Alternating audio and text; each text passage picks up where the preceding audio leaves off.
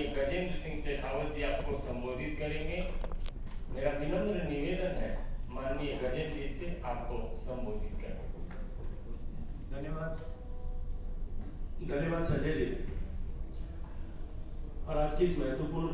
पत्रकार वार्ता में उपस्थित आए सभी पत्रकार मित्रों, छायाकार मित्रों, आज राजस्थान में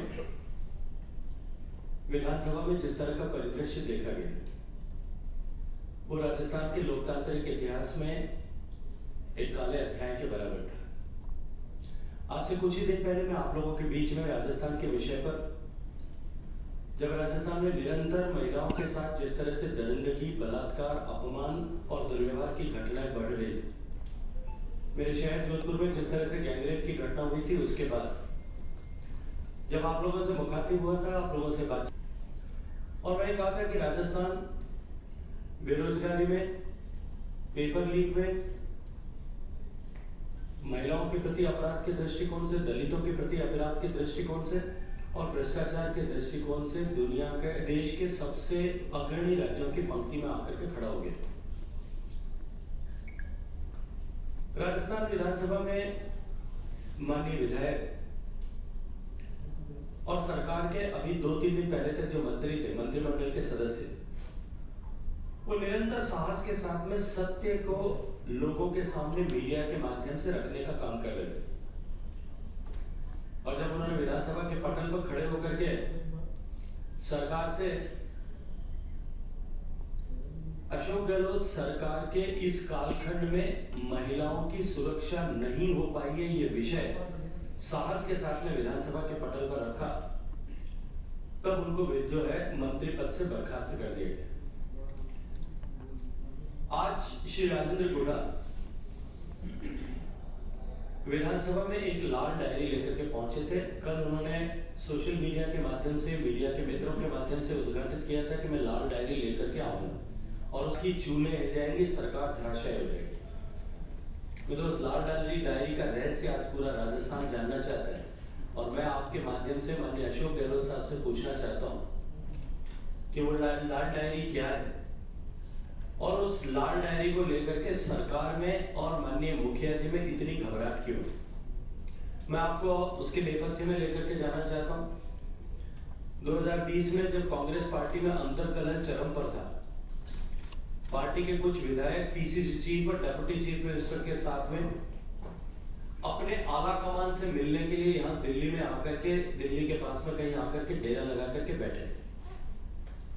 और उस समय में, उसी कालखंड में, उस समय के बीच में, उसके आसपास, मुझे एग्जैक्ट डेट याद नहीं है, सरकार के एक बहुत वरिष्ठ पदाधिकारी, कांग्रेस पार्टी के वरिष्ठ नेता, मंत्री पद का दर्जा प्राप्त व्यक्ति जो माननीय गहलोत साहब के राजदार भी हैं और खासदार भी हैं, उनके घर पर इनकम टैक्स ने रेड किया था। और उस रेड में अखबारों में ऐसा छपा था कि उस रेड में एक लाल रंग की डायरी और कुछ आपत्तिजनक दस्तावेज उस समय रिकवर किए गए थे। राजस्थान पुलिस की मिलीभगत से उस समय राजेंद्र गुड़ा जी जो विधायक थे और माननीय गहलोत साहब के कृपा पात्र थे, उन्होंने खुद कल कहा है कि मेरी जिंदगी की सबसे बड़ी भूल है कि मैंने विश्वास किया। वो अपने 50-100 साथियों के साथ में जाकर के वहां इनकम टैक्स के अधिकारियों से जबरन वो लाल रंग की डायरी छीन करके लेकर आए थे। और ऐसा कहा जाता है, उन्होंने जैसा कहा है कि उस डायरी में गहलोत साहब के बहुत सारे राज जो है छिपे थे। इस लाल डायरी का रहस्य क्या है, इसको आप राजस्थान का प्रत्येक व्यक्ति जानना चाहता है। और मुझे तो समझ नहीं आता कि एक लाल रंग की डायरी जिसको लेकर के आज जब राजेंद्र गुड़ा जी वहां विधानसभा में पहुंचे थे, तब जिस तरह से उनसे डायरी को छीनने के लिए कांग्रेस के नेताओं में होड़ मची थी और जिस तरह से जबरन उनसे डायरी छीन करके फाड़ने की कोशिश की गई, कहीं ना कहीं दाल में कुछ लाल है कि नहीं, काला जरूर है। और जैसा उन्होंने कहा है, आज उनके कहे के अनुरूप मैं राजस्थान के माननीय मुख्यमंत्री जी से प्रश्न करना चाहता हूं कि माननीय मुख्यमंत्री जी, आपसे राजस्थान की जनता ये जानना चाहती है, राजस्थान के मतदाता ये जानना चाहते हैं कि वो लाल डायरी क्यों आपने राजेंद्र गुड़ा जी को भेज करके वहां से जबरन अधिकारियों से छीन करके मंगवाई थी। राजस्थान के गरीब जनता के पैसे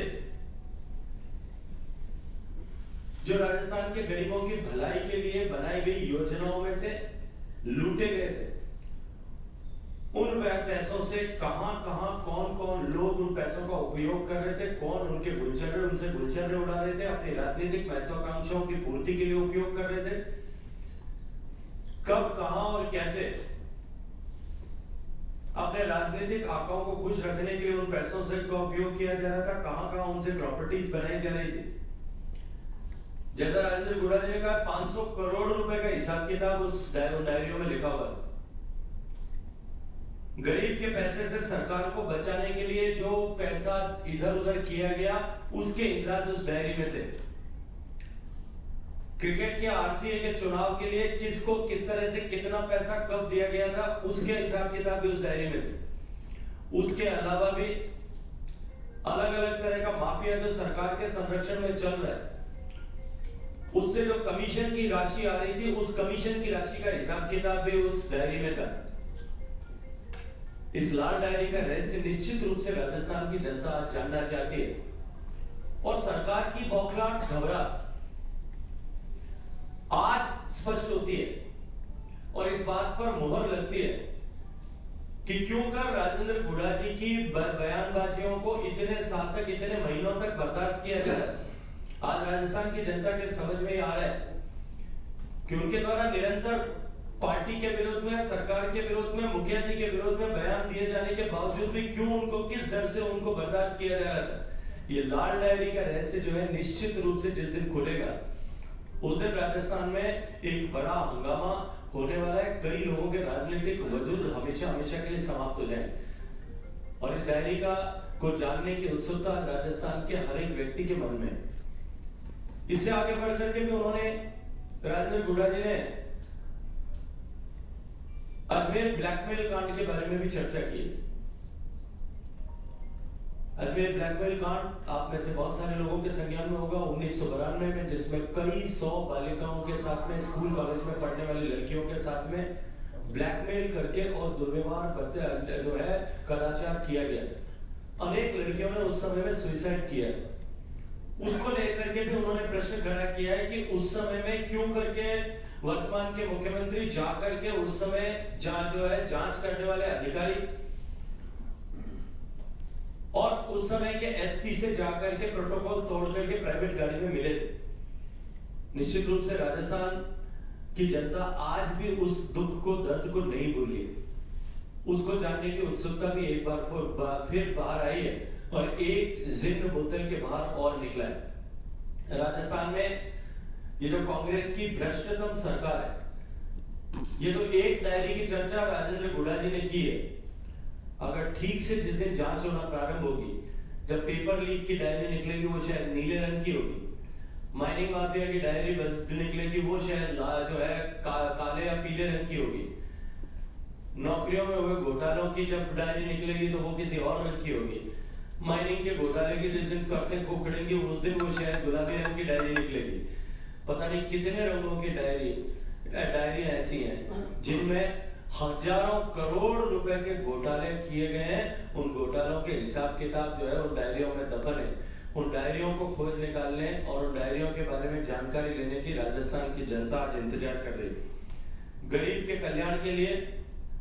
गरीब के जीवन में परिवर्तन लाने के लिए जो योजनाएं बनी, उन योजनाओं के पैसे को डकार करके ऐसी लाल, पीली, काली, नीली, हरी, गुलाबी डायरियों में लिख करके किन लोगों ने कहां उपयोग किया है, किन किन स्वार्थों के लिए उपयोग किया है। कभी सरकार बचाने के लिए, कभी राज्यसभा का चुनाव जिताने के लिए, कभी बेटे को आरसीए का अध्यक्ष बनाने के लिए, कभी अपने आकाओं को खुश करने के लिए और कभी अपने लिए अपनी 7 पुश्तों के लिए संपदा एकत्रित करने के लिए जिन्होंने उपयोग किया है, उनसे आज राजस्थान के मतदाता, राजस्थान की जनता, राजस्थान के आबाल वृद्ध सभी लोग जो हैं आज जवाब मांग रहे हैं। मित्रों, राजस्थान में जिस तरह से ये भ्रष्ट सरकार काम कर रही है, इसने भ्रष्टता के सारे रिकॉर्ड तोड़ दिए। केंद्र की योजनाओं के इंप्लीमेंटेशन में भ्रष्टाचार हो रहा है, राज्य के सरकार की योजनाओं में भ्रष्टाचार हो रहा है और उन योजना, उन भ्रष्टाचार से कमाए हुए अकूत धन से अपने राजनीतिक स्वार्थों की प्राप्ति के लिए जो है वो की प्राप्ति के लिए उस धन का उपयोग किया जा रहा है। और अपुष्ट सूत्रों से खबर मिली है कि राजस्थान की ये जो लाल डायरी का चिन्ह है, अगर ये बाहर आ जाता है तो इसके सूत्र जो है जयपुर से निकल करके दिल्ली में कांग्रेस मुख्यालय तक जोड़ने वाले। क्योंकि जैसा मैंने कहा कि ये जो अवैध रूप से गरीबों के हितों पर डाका डाल करके जो पैसा कमाया गया, जिनको इन लाल, हरी, पीली, नीली, गुलाबी डायरियों में अंकित किया गया, वो सारा पैसा जो है उसमें से बहुत सारा पैसा अपने आला कमान को खुश रख करके और कुर्सियों पे बने रहने के लिए भी उपयोग किया गया है। निश्चित ही ये डायरी का चिन्ह एक बार जो निकला है, ये कई दिन तक राजस्थान के राजनीतिक रणांगण में कई दिन तक इस चिन्ह का नृत्य आप सबको देखने को दिखाई देगा। बहुत बहुत धन्यवाद। कोई प्रश्न हो तो